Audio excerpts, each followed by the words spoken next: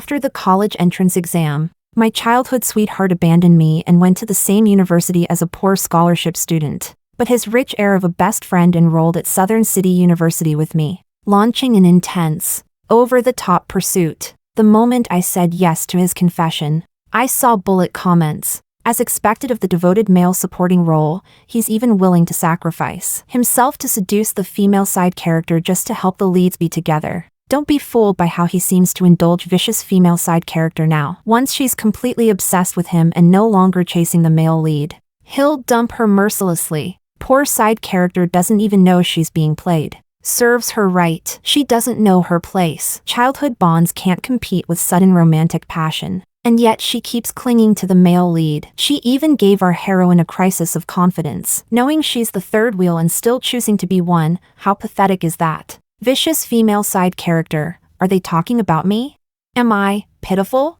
I glanced at Ryan, sitting in his supercar filled with flowers. He's hot, rich, has top-tier service attitude, and willingly lets me treat him like a dog. Honestly, who's the real winner here? Later, the poor student tearfully threatened Ryan to break up with me to prove he hadn't fallen for me. Ryan, irritated, dialed a number. No one answered, because I had already left him first, boarded a plane to study abroad, funded by the money he'd showered me with over the years. Chapter 1. The bullet comments appeared just as I was about to accept Ryan's confession, the crown prince of City A's wealthiest family. Yet after the college entrance exam, he traveled all the way to Southern City, just to chase after me, the bankrupt heiress. He pulled up in front of me in an Aston Martin overflowing with roses. On the hand resting on the car window, a Richard Mille watch. Every move of his reeked of burning money. He grinned recklessly. Olivia, I've liked you for so long. How about giving me a chance? Screams erupted from the crowd around us. The bullet comments exploded. Vicious female side character. Say yes already. Only if you end up with the devoted male supporting role will you stop interfering with the sweet love between the leads. Scheming girl. How disgusting. Even if you're the male lead's childhood friend, you should understand that childhood bonds can't beat fated love. Why do you keep sticking to the male lead? Desperate much? Male side character. Please mess with her feelings as hard as you can. Dump her when she's most infatuated. Teach her a lesson. And if she drops out of school and ruins her life afterward, even better. So that's what this is? Then I'm even more delighted. I took the bouquet from him. Sure, this guy, gorgeous and loaded, the heir to a powerful family. He's someone I normally wouldn't even be able to talk to. And now he's debasing himself just to trick me. Trying every trick in the book to win me over? What kind of miracle is this? I've made it!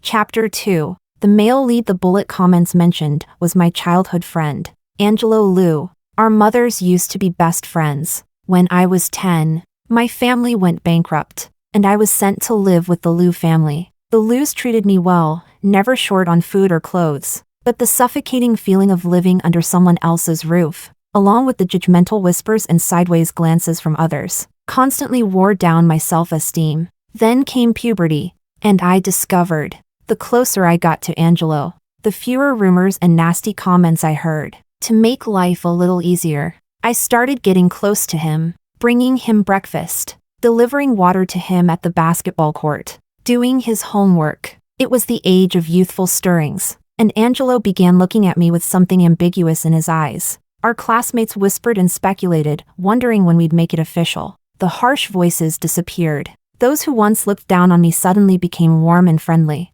Then, in senior year, a poor little white flower named April transferred into our class, and I became her contrast, a perfect backdrop to highlight her purity and kindness. She may have been poor, but she was noble in spirit and saw money as dirt. I once made a scene over a shady vendor shorting me 5 yuan on a rigged scale, completely losing my cool in public. She, on the other hand, effortlessly snatched the top academic spot in our grade, while I worked from dawn to dusk and only improved by 5 points in the mock exams. They called my efforts stupid hard work. And soon, Angelo was drawn to her uniqueness. He started distancing himself from me, warned me not to walk to and from school with him anymore. I felt relieved. After all, I had approached him with a purpose from the beginning. If he had actually fallen for me because of that, I would have felt guilty. After the college entrance exams, the two of them quickly became a couple. I moved out of the Liu family's house and began living independently. When our scores came out,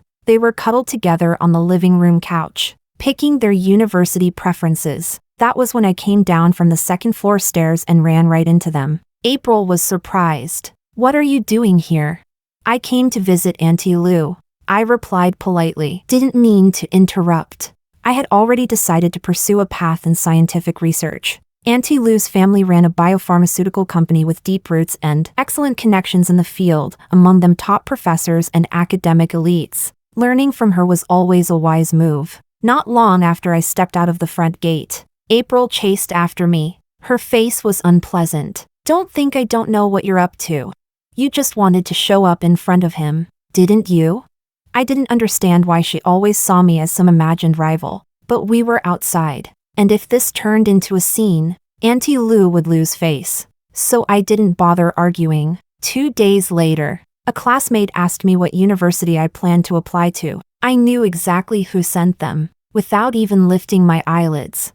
I replied, Southern City University. First of all, I only scored 682, just barely making the cutoff for top-tier universities. But Southern City University offered admission through their fundamental talent program, which I qualified for. Second, Angelo and April were both staying in Beijing. I just wanted to focus on studying, not get caught up in some love triangle. Better to put some distance between me and that pair of chaotic lovebirds. But April still wasn't reassured, so she summoned her simp, the male supporting role, and ordered him to seduce me. Just in case I got restless and clung to Angelo again, Ryan happily changed his application. After all, with his wealth and family background, he could fill out college forms with his eyes closed and still ace the game of life. Chapter 3. Ryan had something I wanted. After leaving the Liu family, I started supporting myself. Though my tuition was partially waived and scholarships could cover most of my living expenses, things were still tight. But this celestial trust fund baby, anything that casually slipped through his fingers felt like a divine blessing to me. And so, just like that, Ryan and I started dating in a game of mutual deception. One time during a date, he put down his phone without locking it. On the screen was a chat window with April, where he was reporting my every move in painstaking detail. I was stunned. Like a thief, I quietly turned off the screen, afraid he'd find out that I'd found out he'd been lying to me all along. I was a STEM major, on top of keeping a high GPA. I also needed research output. Ideally, I had to get into a lab early, get familiar with a mentor, and publish a few papers during undergrad. That would give me a better shot at grad school applications. So, by the first semester of sophomore year, I had already picked a research direction, chosen a professor, and joined his project group. But the journey wasn't exactly smooth sailing. Lately, I didn't even know what had gone wrong. Maybe the cells in the petri dish were just in a bad mood. Dead. Everything died. The entire experiment hit a dead end. While I was silently collapsing and scratching at my scalp, a kind senior sister walked over and handed me a little bun, told me that the edge of science is basically superstition. When you can't get results, it might be because something dirty got into the lab. Maybe try lion dancing in front of the equipment to expel the bad spirits. Who knows? The soul of the machine might be pleased. And voila, results. She even told me a story about a senior student who was driven insane by experiments. He crawled around barking like a dog and accidentally got the data he needed. Those 2 acts of performance art had now become long-standing traditions in our lab. She patted my shoulder. Ollie, maybe give it a try too? Even dark cultivation is still cultivation. I politely declined. As both the top student and the department beauty, I still had an image to uphold. 3 days passed. Still zero progress. The pressure was too much. I thought my head might explode. With it came emotional swings, hormone imbalance, handfuls of hair falling out, and a fresh batch of acne. I made a decision to treat myself to something good. I did a no makeup look and called Ryan out for a drink. His alcohol tolerance was terrible. 1 glass of low ABV cocktail and he was already tipsy. We sat close. The air grew hot and charged with ambiguity. The dim light made his sharp features even more defined. I licked my lips and felt an odd hunger. I said, Let's not go home tonight, okay? Ryan froze. He'd never thought our relationship would go that far, and definitely hadn't imagined I'd be the one to initiate. But who said the girl always had to be the reserved one in a relationship? I kissed the corner of his lips. My smile deepened. What's wrong? Aren't we a couple? His family was strict. He was still a virgin. One little tease, and he was panting, heart racing, under the double effect of alcohol and hormones. His ears turned bright red, and the small mole on his throat bobbed as he swallowed hard. Okay. The little wolf getting his first taste of meat had zero restraint. We went through an entire box. I didn't wake up until noon the next day. The experiment pressure wasn't so bad anymore. The childhood trauma didn't sting anymore either. When I started stir-frying, I was all rage and passion. That day opened a new world for me. Men have a short blooming period, so you have to harvest them early. Every time school stress overwhelmed me, I'd peel Ryan like a fruit and enjoy a feast. Ryan had a great body, six-pack abs, trim waist, amazing stamina, and he was naturally gifted in the kitchen. All thanks, really, to the female lead. Back when April and Angelo were flirting, she often brought water to the basketball court and complimented Angelo's body while sneakily eyeing Ryan. He got triggered and spent the whole summer training and bulking up. And now, I was the one reaping the benefits of that masculine competition, touching his abs, nibbling his chest. All I could think was, thanks for the gift. Heroine. Chapter 4. Ryan's family held rather traditional views on relationships. Because of that, even though I was usually the more proactive one between us, he firmly believed, deep down, that women always lost out more in these matters. So, every now and then, he would gift me something expensive. Crocodile leather bags, luxury brand watches, high-end pearl earrings. I never pretended to be shy about it. I accepted everything without hesitation, then resold them, and replaced them with high-quality replicas. After all, as Ryan's girlfriend, with that identity halo around me, even if I wore knockoffs, people would assume they were real. These actions were all perfectly clear to the bullet comments. They tried to expose my shameless behavior, only to realize Ryan couldn't see the bullet comments at all. In their frustration, they could only curse me furiously. Absolutely shameless. Here to witness a gold digger's ugly true face. I rolled my eyes, completely unimpressed. First of all, Ryan gave those things willingly. To him, they were pocket change. Anyone hating on me was just jealous. Second, he approached me with the intention of playing with my feelings in the first place. Funny how no one was condemning him back then?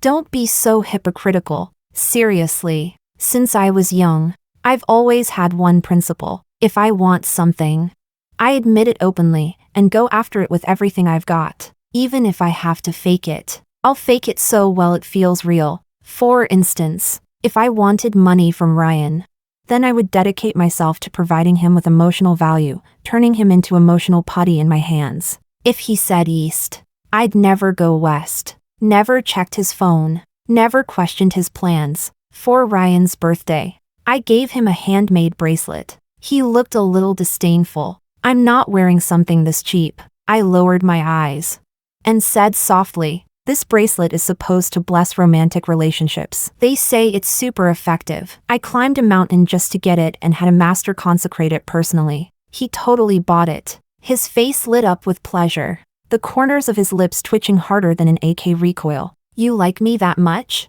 All right then. He took off his Vacheron Constantine and put on the bracelet. Showed it off to everyone he met. Another example, if I wanted good grades, I would study like mad, practically live in the library. Self-discipline and hard work, pretend long enough and it becomes real. Since I enrolled, I've had the highest GPA in the department. If I wanted to publish papers, I'd grind in the lab, network with senior students, got my name on a few papers as third or fourth author. At first, the bullet comments were overwhelmingly calling me a faker, but now, some have started to become fans. Not gonna lie, this girl is way too into studying, smart and beautiful, and seems like a nice person. I might start standing her for her academic vibes. What now? Time flew by, and before I knew it, it was the first semester of junior year. Everyone started making plans for the future. Some applied for postgraduate recommendation. Some prepared for graduate entrance exams. I had already made plans to study abroad long ago. Finished IELTS and application materials in advance. The gifts Ryan had given me, once turned into cash, were more than enough to cover my expenses all the way through grad school overseas. One morning after, in the executive suite of a luxury hotel, where ringing a bell gets you breakfast delivery, but Ryan insisted on cooking himself. Shirtless, apron on, radiating serious husband energy, he made 2 sunny side-up eggs, boiled noodles, and only then came to wake me up. During breakfast, he casually said, "Ollie, should we go study abroad together?" I was still half asleep, but the moment I heard that, it felt like a jolt of electricity ran through me. Wasn't he just trying to use me? I'd been imagining the day Ryan would coldly dump me, and I'd cry like a drama queen for 3 hours, only for him to feel guilty and give me a massive emotional compensation payout. Now he's actually planning a future with me? Chapter 5. No way. I shook my head and told a lie. The cultural differences between China and the US are just too big. I'm worried I won't be able to adapt to life there. Actually, I'd rather go back to Beijing. After all, we both grew up there. I've almost finished preparing my application to Peking University for a postgraduate recommendation. Ryan thought for a moment. All right, I'll talk to my family about it. It didn't really matter to him where he studied anyway. He was going to take over the family business eventually. But just to make double sure, I decided to play a little dirty. I knew someone had been secretly stalking my social media accounts for years. So, I blocked all mutual acquaintances and posted a public update. Getting ready to study in the US. With my baby, can't wait for a couple life abroad. It worked like a charm. By the end of September, Ryan got accepted into Peking University for his master's, and I received an offer from MIT, but I had lied to him. I paid my roommate 50 yuan to Photoshop a screenshot showing that I had been accepted into the Peking University postgraduate program. Then I sent it to Ryan. "This is amazing, baby. We'll be together again." June came, and with it, graduation season, parties everywhere. I told him I was getting in touch early with my graduate advisor and skipped all of them. My student visa was already approved. All I needed was a plane ticket, and I could leave anytime. That day, the bullet comments were unusually lively. "It's happening! The male and female leads are breaking up. The female lead will go to the second male lead for comfort. He'll rise to power, and the first male lead will realize how much he regrets it, bring on the emotional chaos and alpha male competition." I'm ready, even though the second male lead dated vicious female side character. He was just using her to practice. Now he's super skilled and boyfriend material AF. Asterisk. Finally, the fake nice girl is leaving. Good riddance. Wait, Angelo and April broke up? I read a few more bullet comments and finally pieced together the truth. Turns out, when they first started dating, Angelo was very generous with gifts and material things. But April, trying to maintain her persona as someone unmoved by money, always played hard to get, accepting things half-heartedly. She thought it'd make him give her even more later. But surprise, Angelo actually bought into her act and stopped spending on her altogether. She was furious and desperate, and picked a fight, saying, "Where the money is, the love is. If you're not willing to spend on me, you clearly don't love me." Angelo was frustrated and thought she had a twisted personality. The fight escalated, and they broke up on impulse. April asked him to meet her alone at a bar. By the time Ryan arrived, she was already several drinks in. Tears welled up in her eyes. "Ryan, you once said if I ever came back to you, you'd be waiting right where I left you. Does that still count now?"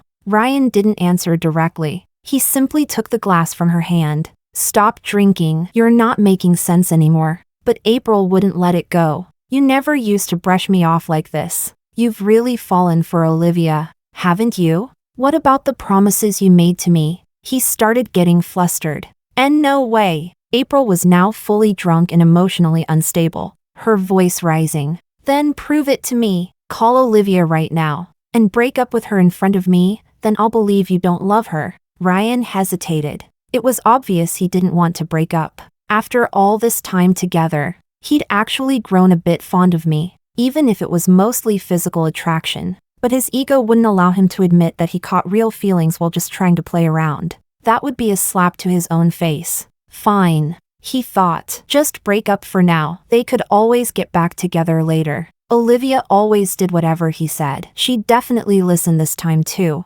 Ryan made up his mind. He pulled out his phone and dialed, but all he heard on the other end was a cold automated message. Sorry. The number you have dialed is currently unavailable. Chapter 6. What a coincidence. April had traveled all the way to South City to see Ryan on the exact same day as my outbound flight for studying abroad. To save money, I'd booked a 2-leg flight with a layover in Hong Kong. 2 hours later, the plane landed. I took out my phone and called Ryan back. I was outside earlier. My phone died. Did you need something?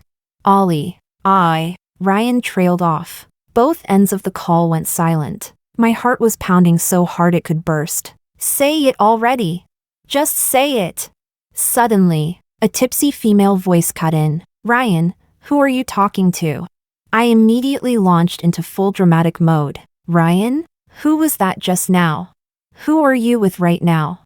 Realizing he couldn't hide it anymore, Ryan finally gave up resisting. Like a man who knew the game was over, he admitted it. Ollie, I've wronged you. Let's break up. I'll compensate you financially. At last. I covered my mouth and laughed through fake sobs. Boo-hoo-hoo-hoo. Chapter 7. But to my surprise, even now, the bullet comments still wouldn't leave me alone. Does vicious female side character seriously think going abroad will suddenly make her the girl the second male lead can't get over? Sorry, babe. That move's reserved for female leads only. Nobody cares when a supporting female character leaves the country. Unbelievable. No matter what I do, they always say I'm trying to act like the female lead. Over the years, I've tried all kinds of ways to get rid of the bullet comments, but nothing worked. I even went to a neurology clinic. After I described my symptoms, the doctor strongly recommended I be admitted for treatment. Scared out of my mind,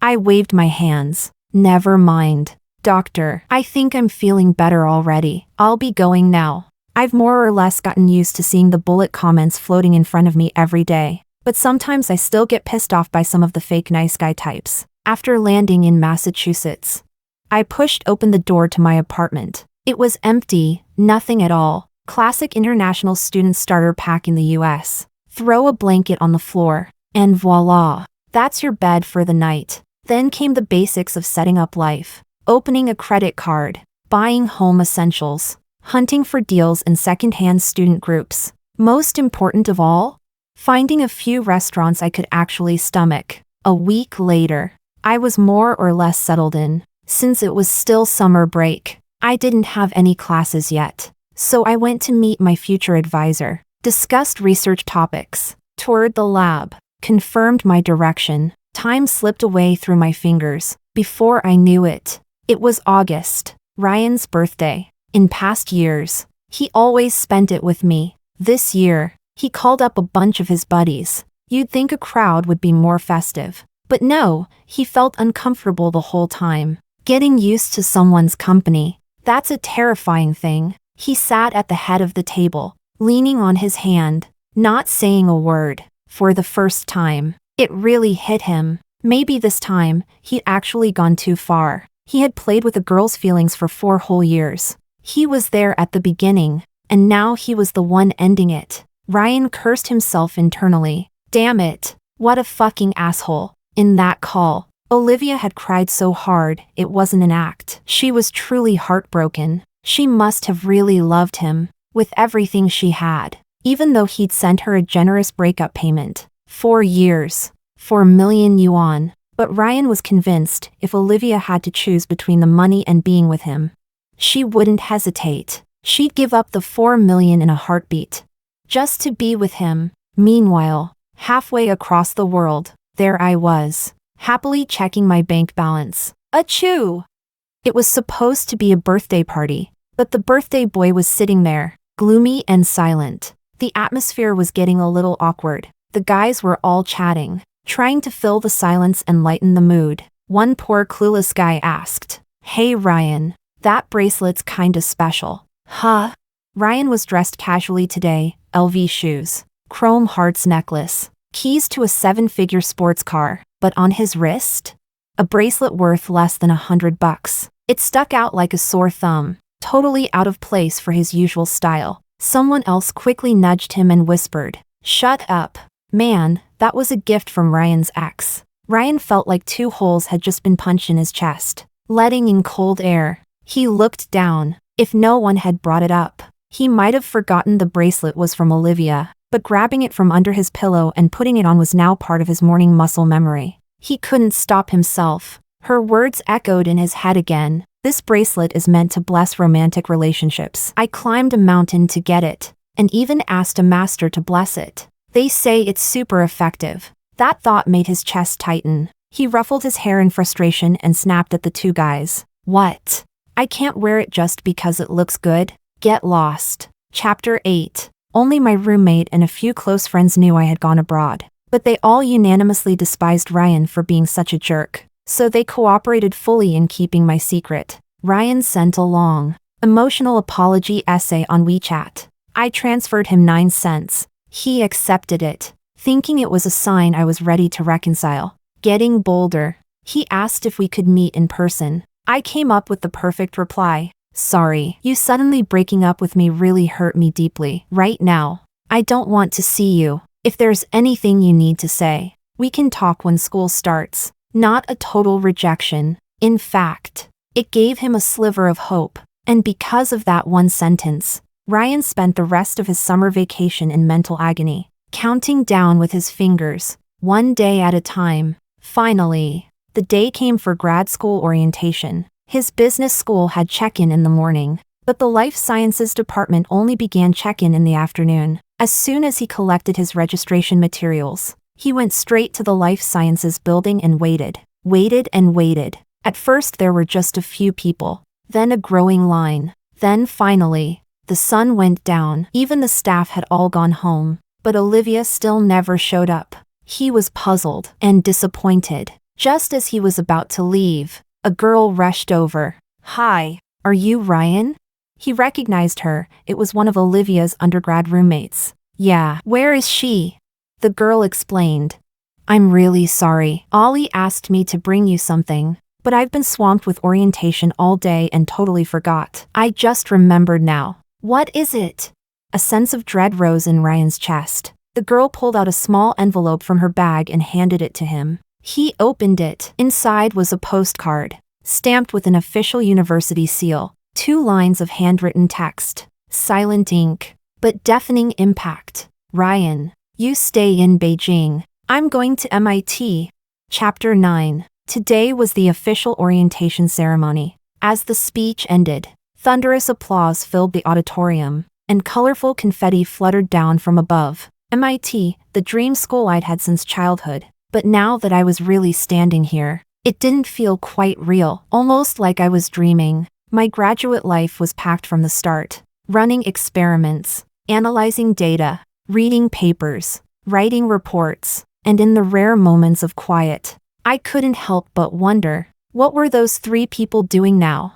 Probably already caught in a tangled love triangle, chasing and being chased. And it was in that moment that I suddenly realized, ever since I left the country, I hadn't seen a single bullet comment in the sky. I guess the storyline of this novel, the part that involved me, had officially come to an end. And now, it was time for me to explore the world on my own terms. Chapter 10. Halfway through the semester, Ryan suddenly showed up outside my lab. My professor was quite famous in the academic world and hadn't taken on new students in years. The fact that I was his rare exception was something anyone could find out with a little asking around. He said, "Ollie, I've missed you so much. Back when we were dating, I always went along with everything he wanted. But this time, seeing me again, he was the one looking at me cautiously. There's so much I want to say to you. Please, give me another chance." Before coming, he'd carefully fixed himself up.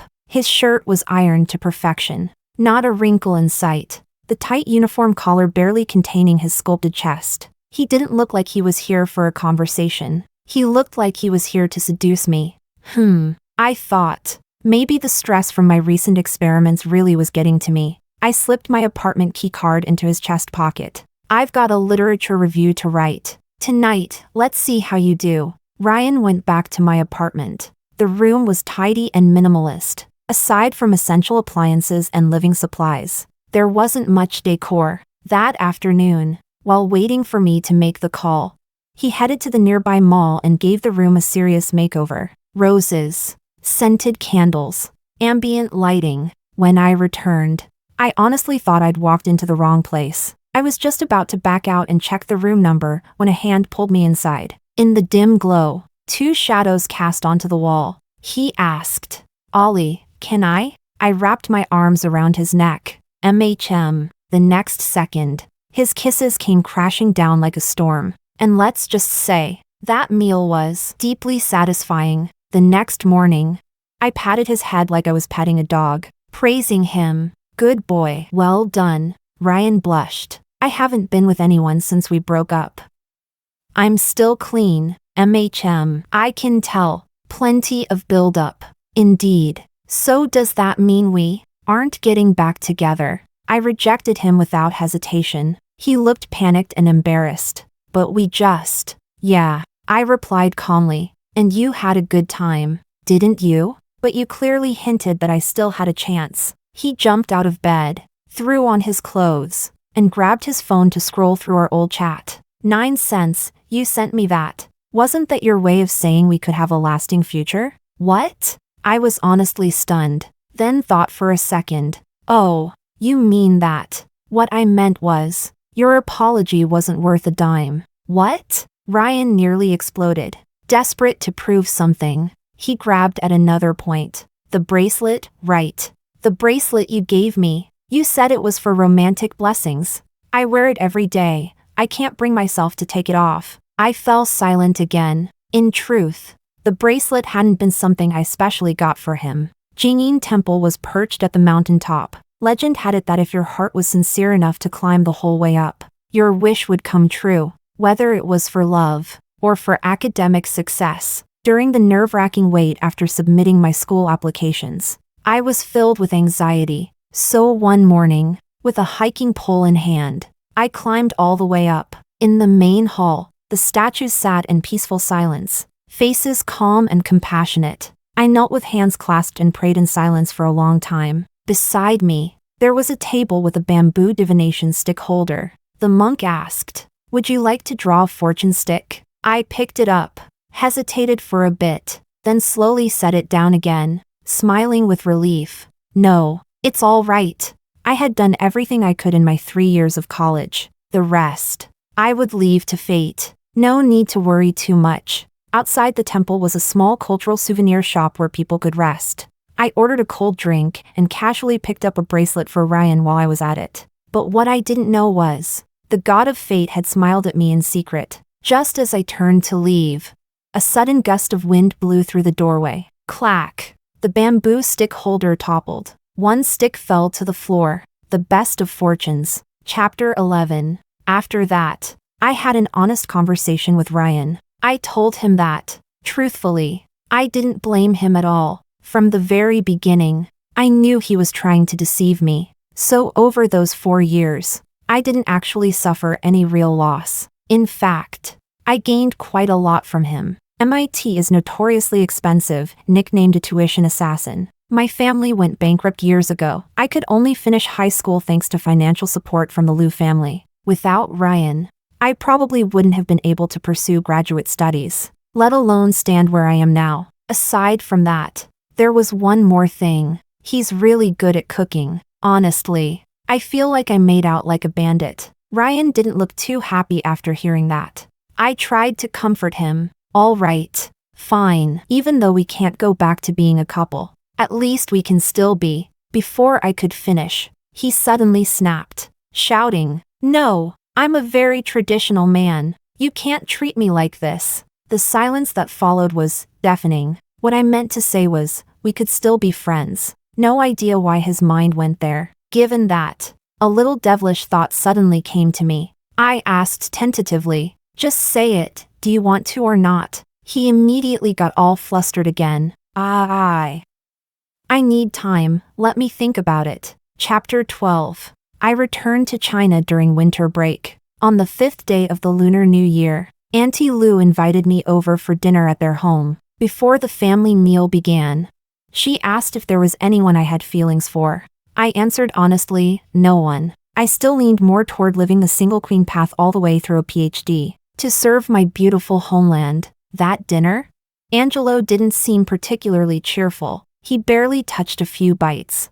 Then said he was full, and out of nowhere, he started drinking, one glass after another. God knows what he was trying to drown. As for me, I was in a great mood, feasting on fish, shrimp, goose, duck, and even went through a whole pile of sunflower seeds and sugar mandarins. By the end of the meal, Auntie Lou looked a bit embarrassed. Ollie, everyone's had a drink tonight, so we can't drive you home. I pretended not to catch the implication in her words. Just glanced at the time on my phone. No worries. Auntie, the subway's still running. I'll walk there. Good way to digest the food too. Seeing that, she didn't insist further. Instead, she called over Angelo, said it was too dangerous at night, and asked him to walk me part of the way. The wind was biting cold, and the snow on the ground reflected the moonlight, casting a pale glow over the night. We walked side by side in silence. Eventually, he was the one to break it. Ollie, it's been so many years. Don't you have anything to say to me? I calmly replied, nope, but I've been wanting to say something for a long time now. Fueled by alcohol, he spoke boldly. Ollie, back when we were in school, you liked me, didn't you? Can we start over? I was a little surprised. So many years had passed, and he still remembered? At this point, I decided to tell him the truth. I'm sorry, but I did use you. Back when I was staying at your house, there were too many rumors flying around. People saying I was freeloading, that I was the daughter of a debtor hiding out in your home. I sniffled. All these years, my parents have been doing their best to repay the debts, working during the day, selling goods at night. They're not scammers. Back then, I was young, not as strong as I am now. Those comments really hurt me, even messed with my ability to focus in school. Later I noticed, your family was well off. You were friendly, funny, well-liked, basically the center of the class. As long as you paid more attention to me, people talked less. So yes, when I treated you nicely, it wasn't genuine. It had a purpose. And then April transferred in, and you told me to keep my distance from you. Honestly, I was kind of relieved. You didn't like me, so I didn't have to keep pretending. It was a win-win. No, Ollie, I did like you. You were the first girl I ever liked. He got flustered, and with the alcohol loosening his tongue, the truth just started pouring out. All those rumors people were spreading about you, actually. I was the one who started them, because our relationship was kind of ambiguous. So I thought, if I stirred things up, you'd get closer too. What the hell? Smack! My hand moved faster than my brain. I slapped him. Even I was shocked by how fast it happened. Angelo was much taller than me, but rage gives you strength. Despite our size difference, the slap knocked his head to the side. That little bit of drunkenness? Gone instantly. Smack!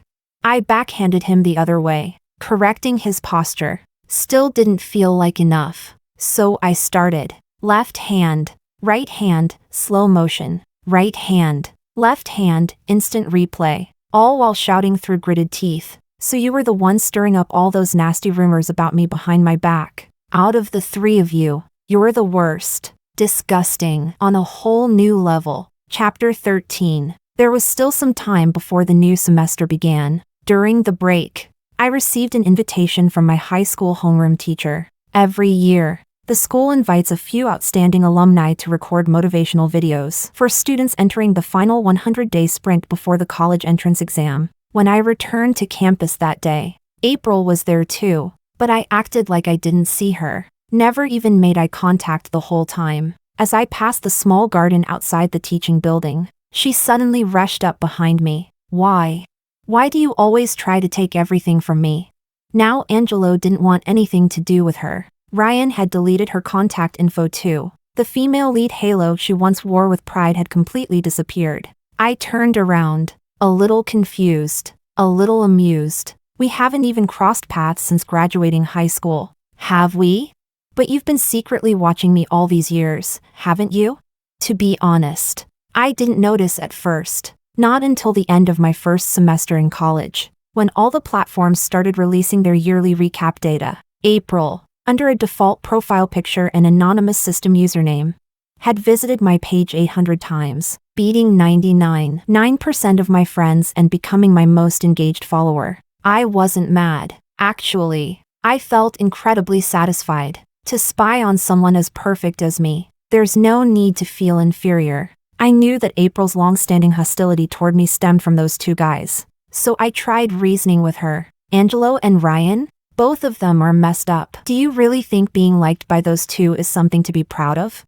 I don't know exactly why you dislike me so much, but I do know you're always staring at what others have in their hands, while ignoring what's already in yours. There's a saying, don't treat another's gain as your own loss. And honestly, April, I've always admired you. I can still remember vividly when you first transferred in. You effortlessly scored first place in the grade, beating the second by 12 full points. Then you crushed the college entrance exam, became a national top scorer, and the media was scrambling to interview you. If you hadn't tried so many times to come for me, I actually would have liked to be your friend, because I'm someone who loves studying and admires strength. The author wrote me as the character who exists to highlight the brilliance of the female lead. So the stronger I am, the more satisfying it is when the heroine surpasses and stomps me underfoot. That's why the author gave me a brain second only to a god-tier student. As long as I'm willing to work hard, I can get the results I want. The options in front of me were always limited.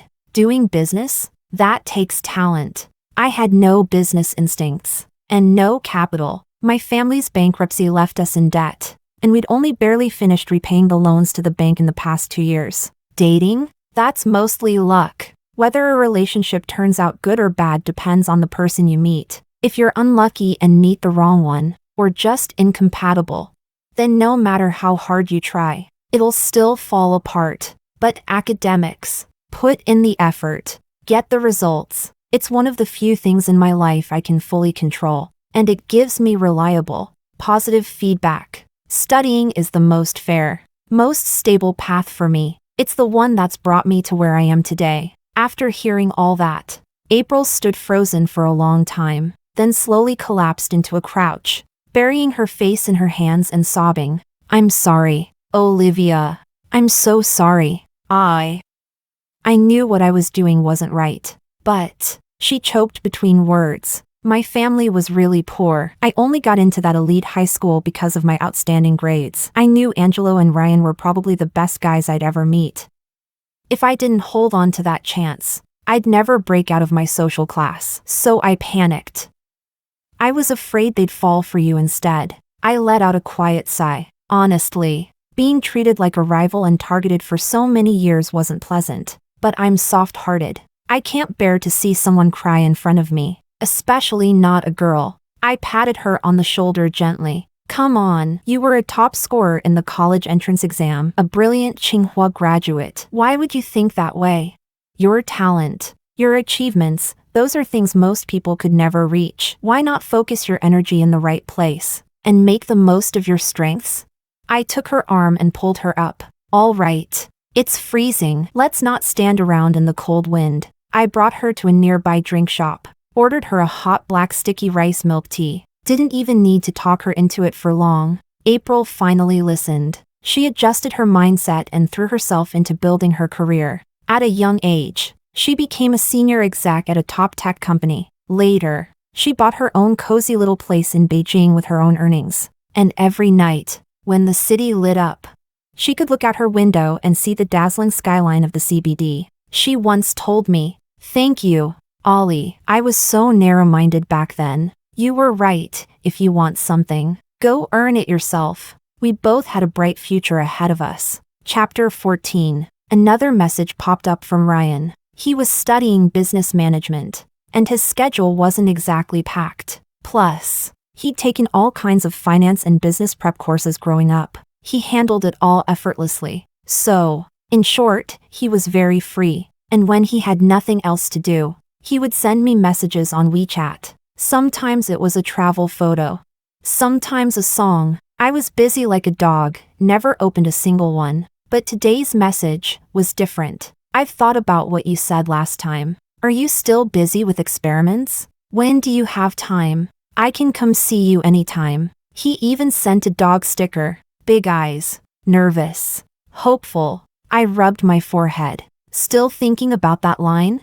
I was joking. Silly. Chapter 15. Because of my outstanding grades, I applied early for a PhD in my second year of the master's program. 5 years later, I graduated. Before returning to China, my advisor asked if I wanted him to write me a recommendation letter to help me land a position at a research institute. He was a top figure in the field, with connections everywhere, and with his endorsement, as his student, if I wanted to stay, I could get permanent residency, immigrate, build a shining future. So promising. I probably wouldn't be able to sleep at night, but I still turned it down, for 2 reasons. First, my family, everyone I loved, was back home. Second, I really couldn't get used to the food overseas. I accepted a position at a prestigious university in China, balancing research and teaching, working my way up the academic ranks. Lecturer, associate professor, professor. I was going to climb that ladder, one rung at a time. The moment my plane touched down, the bullet comments, silent for so long, reappeared. But this time, no one was cursing me. They were all there to welcome me home. We've misunderstood her all these years. Turns out vicious female side character just wanted to study hard. Graduated from a top-tier university, a leading figure in the industry. Rejected high-paying overseas offers to return and teach. This isn't a villainess. This is the female lead. Anyone still calling her vicious female side character. We're fighting. Goddess, my goddess, I won't allow anyone to disrespect you. Honestly, I kind of liked the title vicious female side character. To want something, and go after it, with clarity and intent. It sounded badass. I wanted it. I went for it. So I got it. Story 2.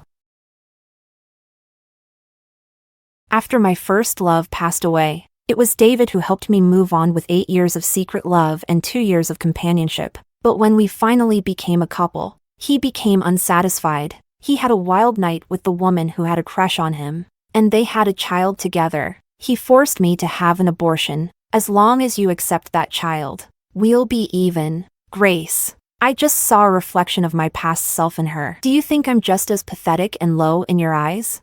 Chapter 1. David and I once again argued over the child. Early in the morning, I was in the study, organizing documents. David, already dressed, suddenly spoke. When do you have time? What's going on? He said, you need to pick a day soon, so we can get the surgery done. I was focused on the contract and didn't immediately process his words. What surgery? David's gaze shifted down, landing on my belly. My hand froze, clutching the documents. For a moment, we both remained silent. After what felt like an eternity, I turned to look at him. David, are you asking for a divorce? He was stunned for a second and quickly shook his head. Of course not. Why would I want a divorce? Then why are you insisting I get rid of this child? I couldn't understand. I found out I was pregnant about half a month ago, after working on 2 cases back to back. I collapsed in the meeting room. My boss was terrified, thinking I had a heart attack from overwork. But after a checkup, I found out I was pregnant. It was good news. I was thrilled. I thought David would be just as happy as I was. But after hearing the news, he stayed silent. That night, he tossed and turned, and for the next 3 days, he seemed distracted. On the 4th day, he told me, the timing isn't right. We'll have kids later. But this one, let it go. He wanted me to terminate the pregnancy, to get rid of the baby. We had a huge fight and parted on bad terms. I moved out of the house and stayed in a hotel for a week. During that week, I refused to see David and ignored all his calls. Later, he came to find me, defeated. Grace, are you telling me that unless I back down, you'll never look back at me? You can't be so heartless. Heartless? I've never been able to be heartless with David. Naturally, I went home with him. We brushed over the issue of the baby. I thought I'd wait until we weren't so busy, then sit down and have a serious talk with him. But before I could even bring it up, he brought up the past again. Chapter 2. My questioning made David frown with frustration. I already told you. The timing isn't right. Why do you insist on having this child now? We can have children in the future. But not this one.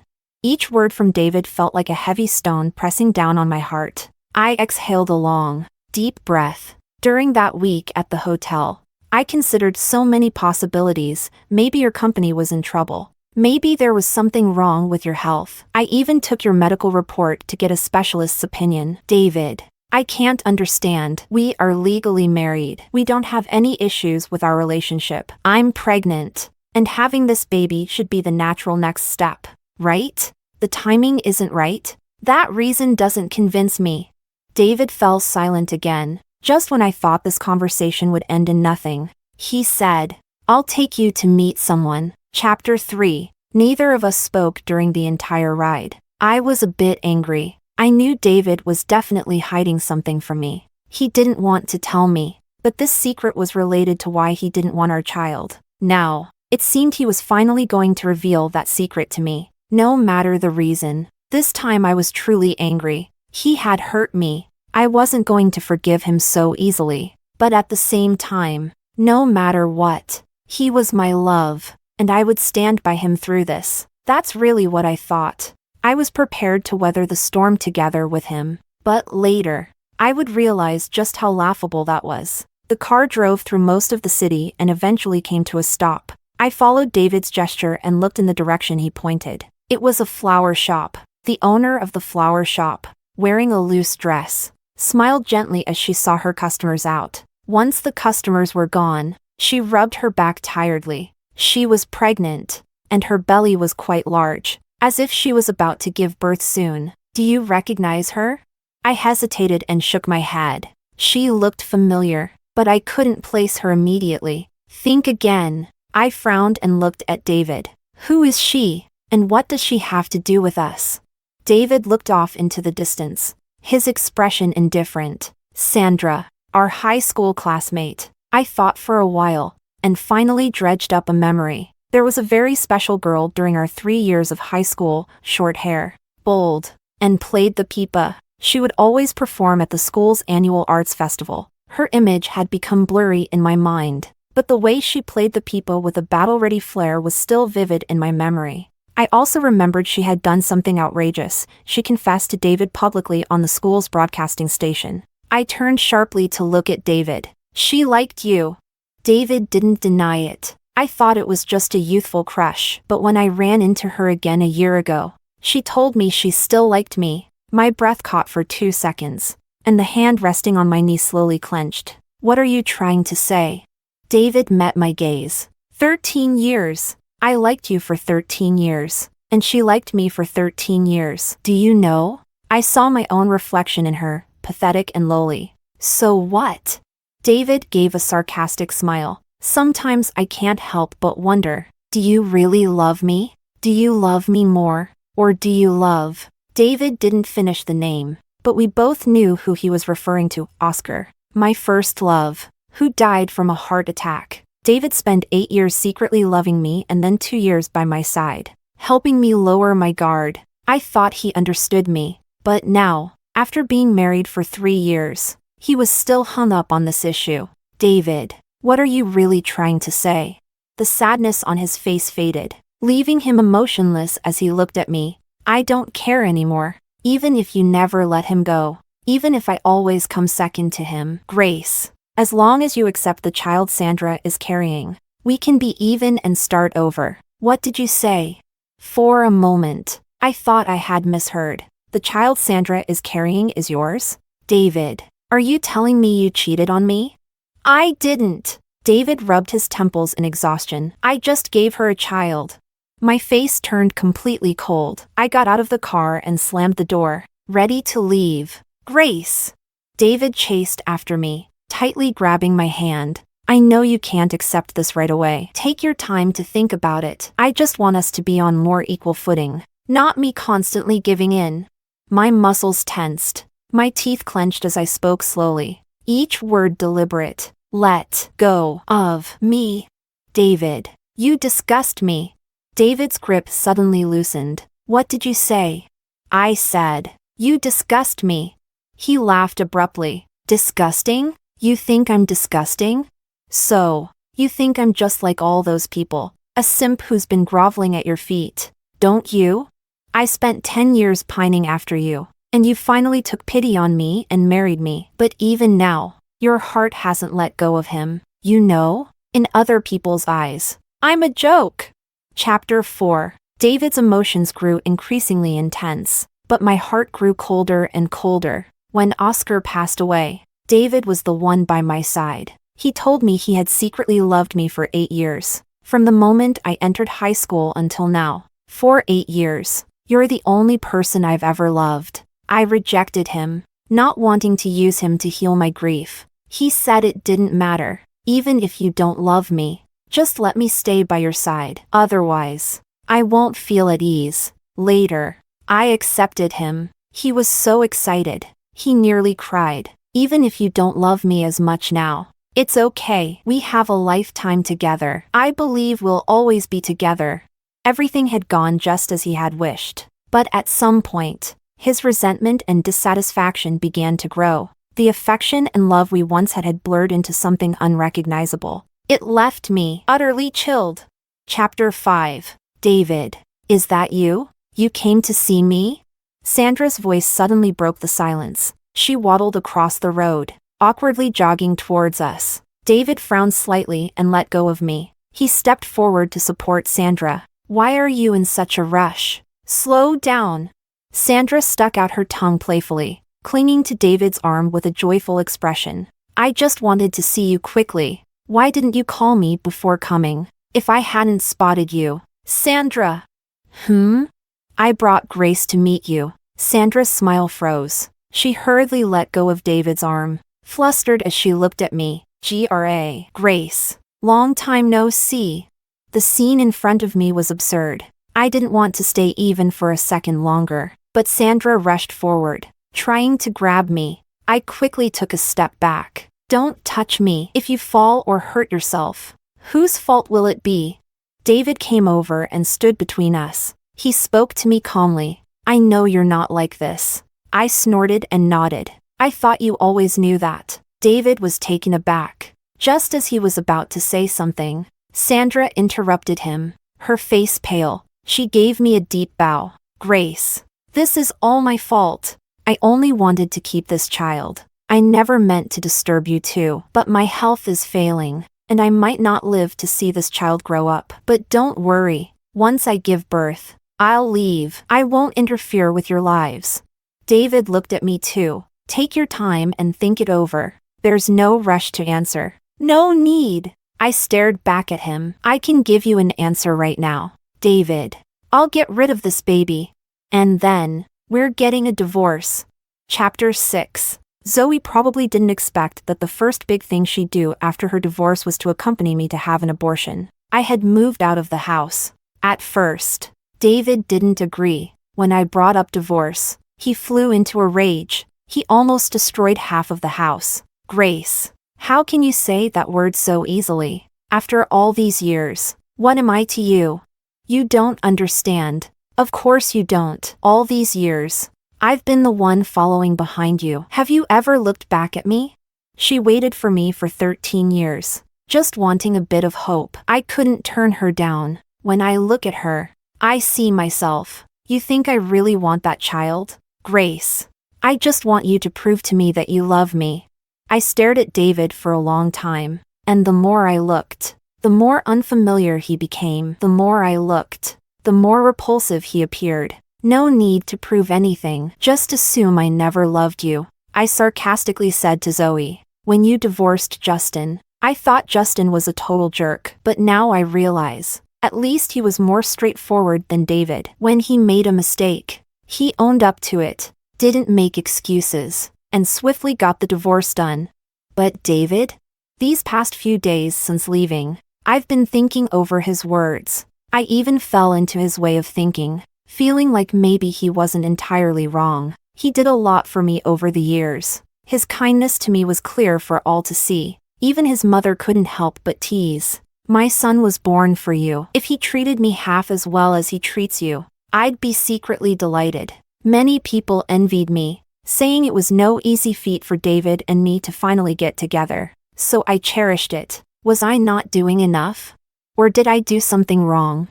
Why did David harbor so much resentment and dissatisfaction?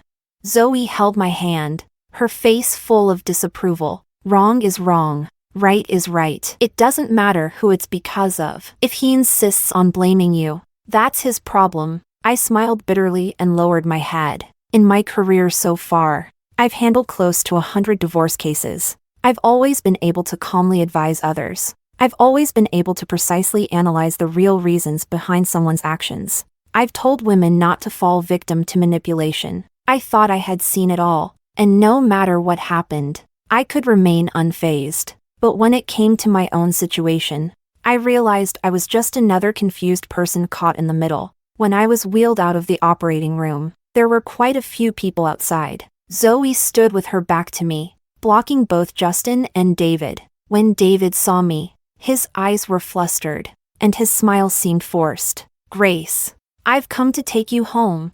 Zoe shifted slightly, blocking him. Mr. Zhou, are you leaving on your own? Or should I ask someone to escort you? Justin knows I have quite a network. Zoe, don't call me Zoe, she snapped. Birds of a feather really do flock together. In the end, Justin dragged David away. But before leaving, David stared at me with intensity. You don't get to decide about the divorce. I stayed silent, curling up on the hospital bed. My lower abdomen felt empty, even a little cold. A dull, cramping pain radiated through my nerves. It wasn't an unbearable pain, but it made my entire body tremble. I could only huddle deeper into the blanket. I hadn't even had the chance to fully experience the presence of this child, and now I had personally ended it. But it was the best choice. For me, there was no way I could allow the so-called love of motherhood to burden me for the rest of my life with a child who wasn't yet fully formed. For him,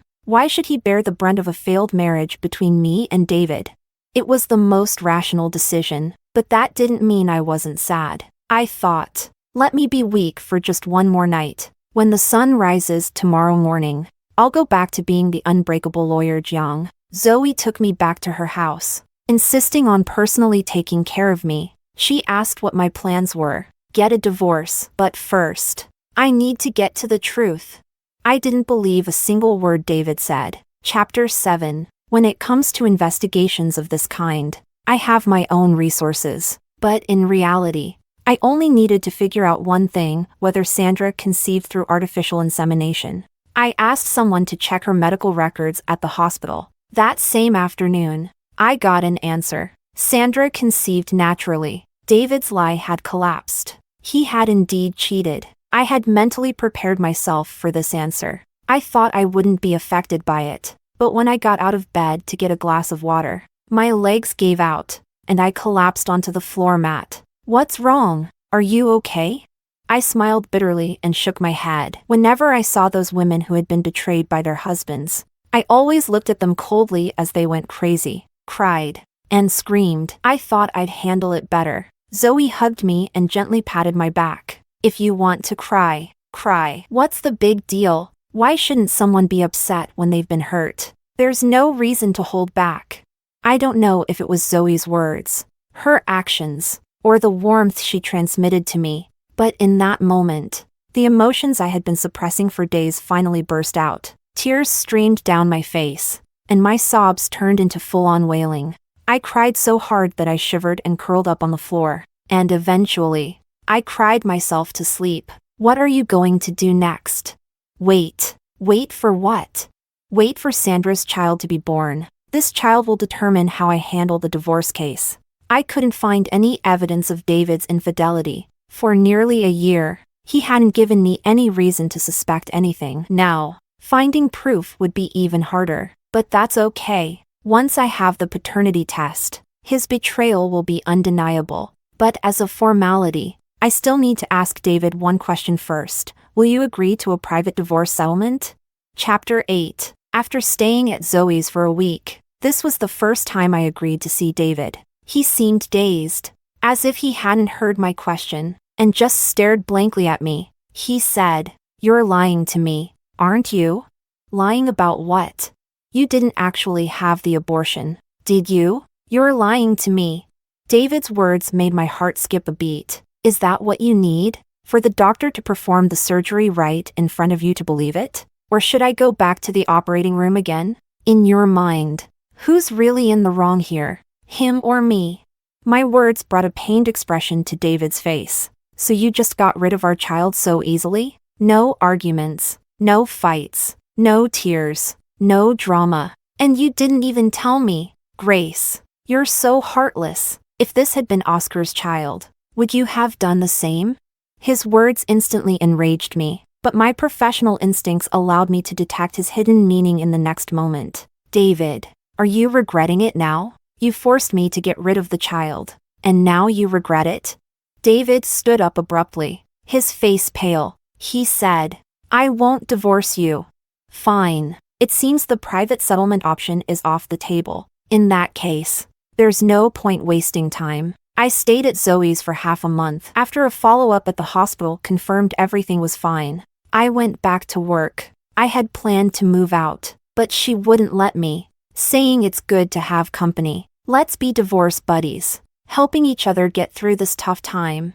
I thought about it and agreed. It seemed like a good idea. I moved my belongings out of David's place. That day, he wasn't supposed to be home, but he showed up unexpectedly. He didn't say a word the entire time. He stood there with a cold expression, watching me pack and leave. Zoe didn't understand. "What's his deal?" I chuckled. "He wants to reconcile, but he won't lower his pride because I haven't pushed forward with the divorce. He thinks I'm just playing hard to get. In situations like this, you have to hold out. Whoever gives in first loses." He probably even feels a bit aggrieved. That's probably what's going on in his head. When David took me to see Sandra, she was already 30 weeks pregnant. With time passing, her due date was now less than 40 days away. David and I hadn't been in contact since, but his mother did call me once. Out of respect for my elders, I answered. At first, she casually mentioned David's mistakes, but then the conversation shifted to persuading me to reconcile. "That girl is actually quite pitiful because of her health issues. If she aborts this child, she might never be able to conceive again. As women, you should be able to understand, right?" Honestly, I envied David. Even though his parents were divorced, his mother treated him like a precious jewel. No matter who was right or wrong, she would defend him without question. Unlike me, after my parents divorced, neither of them really wanted much to do with me. So, I replied calmly, "I understand. Of course I do. That's why you should talk to David. As long as he divorces me, not only will you have a legitimate grandchild, but you'll also gain a new daughter-in-law. Why not make the best of it?" David's mother fell silent. I think she actually took my words to heart. But unfortunately, she wasn't able to convince David. Even up until the day Sandra gave birth, he hadn't shown his face to me. Chapter 9. Sandra went into labor 2 days earlier than expected. She was admitted to the hospital in the morning, and by 7:20 p.m., she had delivered a healthy baby boy. Almost the entire Zhou family was there when I arrived. It was quite a heartwarming scene. David was holding the baby, half tender, half melancholic. Sandra lay on the hospital bed, smiling with joy. If not for my appearance, they would have made such a happy family of 3. The first to notice me was David's mother. She seemed a bit awkward. "Grace, you're here. Come see the baby. He's going to call you mommy one day." I couldn't help but laugh. "I'll pass on that. Thanks." David looked stunned. He took a couple of steps forward with the baby, then stepped back and put him down. "You're here. Yeah, I need you to cooperate with something. Go ahead." I gestured to the uniformed staff behind me. "We need to conduct a paternity test for you and the baby. Please cooperate." The expression on David's face turned cold, and his eyes grew heavy as he looked at me. Sandra suddenly became emotional. "No, I refuse. The baby was just born. He's so little. How can you be so heartless?" I tilted my head and looked at her with amusement. You do know they take a blood sample from a newborn's foot, right? Standard procedure. It's not like I'm ripping him apart. You can stop pretending to be this overflowing fountain of motherly love. Sandra turned her helpless gaze to David. David stepped in front of her. She doesn't want to. Oh, that's fine. She doesn't need to want it. She just needs to comply. And so do you. I'm following standard procedures. You should have received the court summons by now. David's face grew even colder. What exactly are you trying to do? Isn't it obvious? Gather evidence. Get a divorce. After a long standoff, David suddenly smiled. Fine. Do it. His reaction gave me a bad feeling. 2 weeks later, my feeling was confirmed. The paternity test results showed that David was not the biological father of Sandra's child. It was a terrible feeling. I had waited all this time, thinking I had the perfect move, only to find out I was the one who had been outplayed. Chapter 10. I rushed to David's company and threw the test results in his face. He didn't dodge or flinch, remaining calm, as if he had been waiting for me. What's the rush? I'll tell you everything you want to know. Grace, we need to talk. David explained the whole story to me. At last year's class reunion, Sandra, after getting drunk, confessed her longtime feelings for David. David said he felt sorry for her, so he added her contact information. Since then, Sandra frequently contacted him. Later, for her birthday, Sandra asked him to come and celebrate with her. David went. They drank a lot, especially Sandra, who was visibly drunk. David left for a while to buy some hangover medicine for Sandra. It was during that brief time that Sandra was taken away by someone. David found her in a hotel. She was disheveled, in complete disarray. She thought it was me. She was happy. I didn't deny it. Later, she got pregnant and wanted to keep the baby.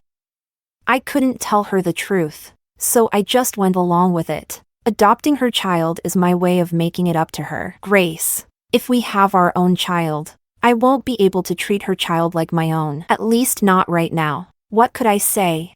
One thing after another. All I could do was say, fine. David blocked my way. Is there nothing else you want to say? I thought for a moment. Be on time for our divorce hearing in 2 days. David's face darkened. I've told you the truth. What more do you want? I opened my mouth, then closed it again, finally letting out a frustrated tisk. How come I never noticed how twisted your logic was before?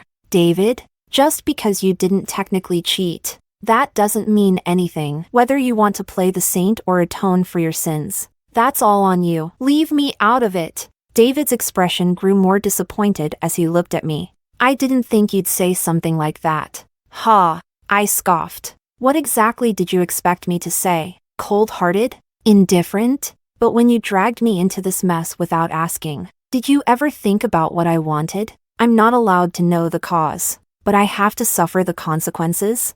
Being your wife. What bad luck for me. So, what you care about is just that I didn't tell you, right? I shook my head coldly. David, use your brain. Chapter 11. Our divorce case went to trial as scheduled. David didn't miss it, but his stance was clear: no divorce. Because he was so adamant, because I couldn't provide solid evidence that our relationship had broken down, the court ruled no divorce. As I walked out of the courthouse, David stopped me. He looked at me with resignation, like he was dealing with a spoiled, difficult child. Grace, I admit I was wrong this time. I won't hide anything from you again. Let's forget this happened and start over, okay? I felt just as helpless. David, let me tell you again, I'm not someone you can control with a few words. As I spoke, I took out my phone and pulled up the photo, showing it to him. The calm on David's face crumbled instantly. Who gave you that? Who else? I smiled faintly. This photo even has a timestamp. So, right after your class reunion, the very next day, you two couldn't wait to jump into bed. Huh? David avoided my gaze, his fists clenching at his sides. I can explain. It was a misunderstanding. We were both drunk, and it only happened once, twice, again and again. David, how many lies are you hiding? But it doesn't matter. Do you know why I haven't exposed your cheating evidence? David remained silent. I continued. Because even if I did, it wouldn't change a thing. I was already prepared for this outcome in the first trial. David tensed up, repeating the same line over and over. I won't divorce you. David. The saddest thing for me is that in my own field of expertise, I can't even make sure you leave with nothing. David growled. Grace. I'm not going to divorce you. I paused but didn't turn back. Really? No rush. We'll take it slow. Chapter 12. The day after the divorce trial with David, I applied for an overseas assignment through my law firm. A week later, I got a positive response. Zoe, while helping me pack, seemed a bit sentimental. Wow, this is so sudden. I smiled. Actually, the firm had offered me this a while ago, but I turned it down. At the time, I thought being separated would affect our relationship. But now, I see it's a great opportunity. Double the salary, broader experience. Why not? You know what they say, every cloud has a silver lining. I didn't tell many people about my plans to go abroad. But somehow, David still found out. I saw him at the airport. In just a few days, the gloom surrounding him had intensified, and his whole demeanor was tense. He asked me, why are you going abroad? Didn't you want a divorce? I told you, there's no rush. Do you have anything else to say? If not, step aside. I've got a flight to catch. David stepped closer to me. Do you hate me that much? You'd go abroad just to avoid me? I took a step back. If that's how you want to see it, I can't help you. Grace. David growled. Do you always have to talk to me like this? David, you're wasting my time. I tried to walk around him, but he grabbed my arm. You're not leaving. I turned and looked at him coldly. Do you want me to call security, or should I call the police? I shook off his grip and continued walking. Desperately, he shouted. I was wrong, Grace. I was wrong. Don't go. I didn't stop. He grabbed me again, his voice pleading now. Let's talk. Grace, please. Let's talk. I thought, since we've come this far, maybe it's good to get things out in the open, even if it's just to vent. Talking might help. But where do we even begin?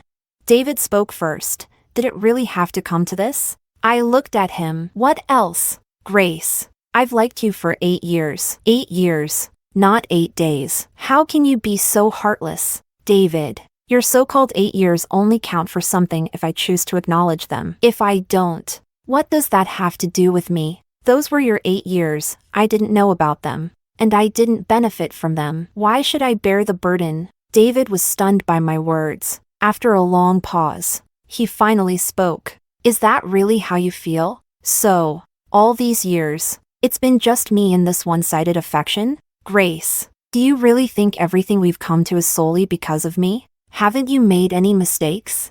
If it weren't for you, why would I have abandoned that child? Because of me? David, don't tell me you cheated.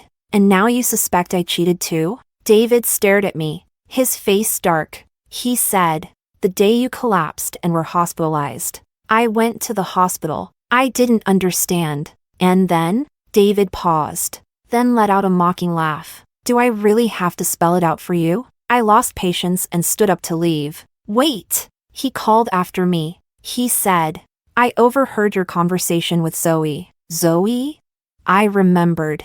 That day, Zoe had called me, and I shared the good news with her. What did I say?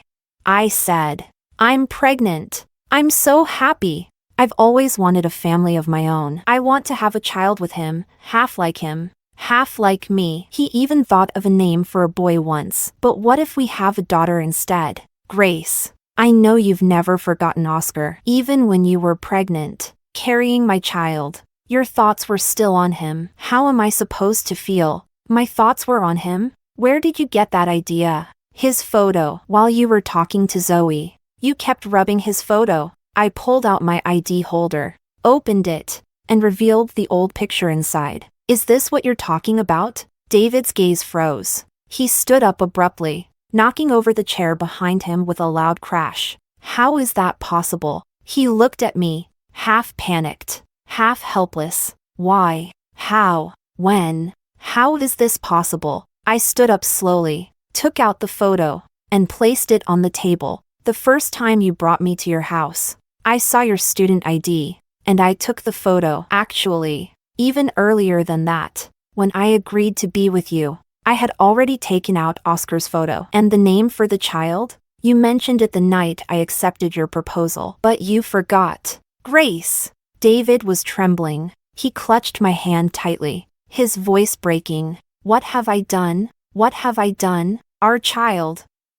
I pushed him away. Do you need me to comfort you? He stared at me in a daze. I said calmly, my comfort is this: even without this misunderstanding, our ending would still be the same. Because you don't trust me. You can't see the present or the future, only the past. And for that, I thank you. Thank you for making me see reality in time and ending this mistake. David. Goodbye. I left decisively, but I felt a deep sadness. I had truly loved someone, but he didn't trust me. I gave my all, tried my best to love, hoping to make up for the 8 years he missed, but he remained oblivious, resenting me. So, what have I been doing these past 5 years? A wave of helplessness and frustration washed over me. It was as if someone was choking me. I felt suffocated, confused, and lost. Grace. Oh, Grace, how pathetic you are. Chapter 13. I stayed abroad for a year. During that year, I chose to pursue further studies in addition to working. Work and study filled every minute of my time. I was busy, but I was also fulfilled. I didn't have time to dwell on things anymore, and by the time I did think about them again, I felt at peace. I stayed in touch with Zoe regularly. She said David kept showing up at her place, trying to find out where I was living. Zoe turned him down a few times, got fed up, and eventually called the police. That finally got him to back off. David couldn't find out where I was, but he always managed to get hold of my contact information. He called me countless times. Sometimes I wasn't paying attention and accidentally picked up, but the moment I heard his voice, I would hang up. He didn't actually adopt the child, but he's been supporting them financially, paying child support and helping Sandra open a store. I heard they're even planning a birthday party for the baby's first year. His mom wants it to be big, but David disagreed. Can you believe this? Still married, and he's stirring up all this drama. Aren't they embarrassed? How do you know all this? Justin told me. I was a bit surprised. You're still in touch with him? Mentioning this made Zoe a little agitated. I'm about at my wit's end with him. I'm about ready to get a few guys to beat him up. He's so annoying. Justin was probably trying to win Zoe back. Men are always like this. They move on so easily, as if a simple "I'm sorry" should be enough for forgiveness. And if you bring up old issues, it's suddenly your fault. What they don't realize is that some wounds never heal. When are you coming back? My flight's on Wednesday. Great. I'll pick you up. Chapter 14. The day I returned home, it was drizzling, and there was a slight chill in the air. Zoe, being thoughtful, brought me a coat. Justin was there too, facing Zoe's cold expression. He seemed like he wanted to say something but held back. Finally, he turned to me and said, "Old Joe was supposed to come too, but something came up. The kid got sick, and he had to go with them to the hospital, right?" Justin was stunned. How did you? Sandra told me. She bet me that David wouldn't come to pick me up today. Justin tried to defend him. I cut him off again and gave him my new number. It's fine. When he's done, tell him to contact me. This time, I stayed at Zoe's place again. Everything was still the same as before. That sudden warmth made me feel oddly comforted. Because of that, I didn't even need to adjust to the time difference. I slept incredibly well. David called me the next morning, around 10 o'clock. I got a call from him. "Are you awake?" I didn't want to disturb you, so I waited. His voice and tone were cautious. I pretended not to notice and said bluntly, "I'm just calling to remind you, our second divorce hearing is in a week. Make sure you show up." David was silent. I hung up the phone. A second later, the phone rang again. This time, his voice was urgent. "Grace, it's been a year. I've been looking for you for a year, trying to reach you for a year, but the first thing you say to me when you come back is about divorce. Why? Am I really that terrible? Can't you give me even the smallest chance? What do you want me to do? Even if I have to get on my knees and beg you, at least come out and see me first. Grace, you can't just deny me a chance to explain. David, do you know why it's been a year? He didn't. You're right when you say I went abroad to avoid you. That's exactly what I did. A year. Do you know what that time means? From the first trial until now, we've been separated for a year. That's the strongest evidence we have that our relationship has irreparably broken down. At the second trial, whether you agree or not, we will get divorced. It's actually quite sad. I'm a professional, yet it's taken me a year and a half to divorce my unfaithful husband. The time isn't the issue. It's that this time wears you down. It torments your heart, grinds down your will, makes you anxious, makes you crumble, until in the end, you want to give up and say, forget it. Let's just get by. I've seen this happen to so many people over the years. Of course, there are quicker methods, provoking him into domestic violence, catching him in more infidelity, or driving him to commit a crime. But that's like walking a tightrope, even if he's the one who falls. Can you really come out of it completely unscathed? It's too hard. So I understand. If I want to handle this the easy way, I need to stay focused. A year is a year. I can afford to wait. I have to wait.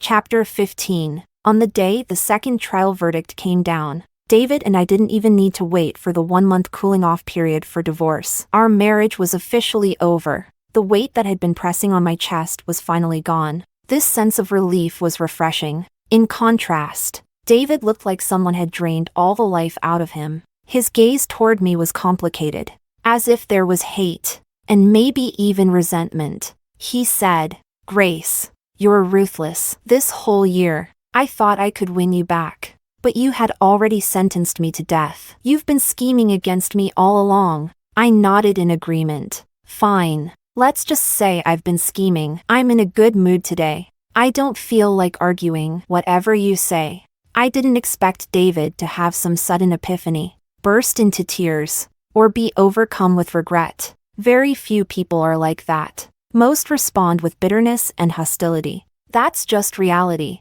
Once everything was settled, I went abroad again. 6 months later, I came back with a promotion and a raise. During the time I was abroad, David sent me an email with just say, I'm sorry. I replied, since the damage is already done, there's no need for sorry. Chapter 16, Bonus. David never expected Grace would go through with the abortion. When he found out, a deep regret began to creep in, but he forced it down. He couldn't afford to regret. His child, his own flesh and blood, had been killed because of his pressure.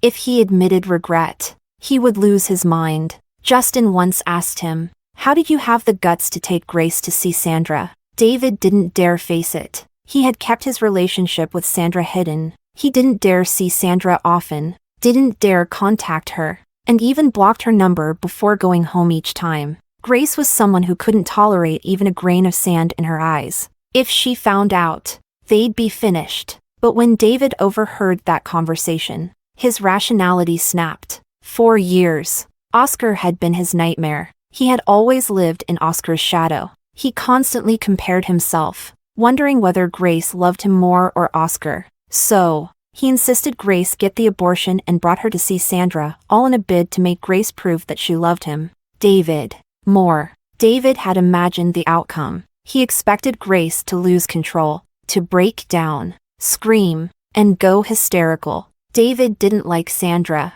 but he enjoyed the worship and affection Sandra lavished on him. He thought, if Grace knew about Sandra, maybe she'd panic. Maybe she'd be afraid of losing him. People only realize what they have when it's gone. He figured it was time to give Grace a sense of crisis. Once Grace regretted it, he would reveal the truth and forgive her for never letting go of Oscar. That was the outcome David had hoped for. But instead, Grace didn't cry or scream. She had the abortion and then filed for divorce. In an instant, David's world crashed down, from heaven to hell, leaving him chilled to the bone. Justin asked him, why did you go through all this? What was the point? David said, to prove Grace loves me. Did you ever think about where your confidence to do all this came from? David was stunned. Where did his confidence come from?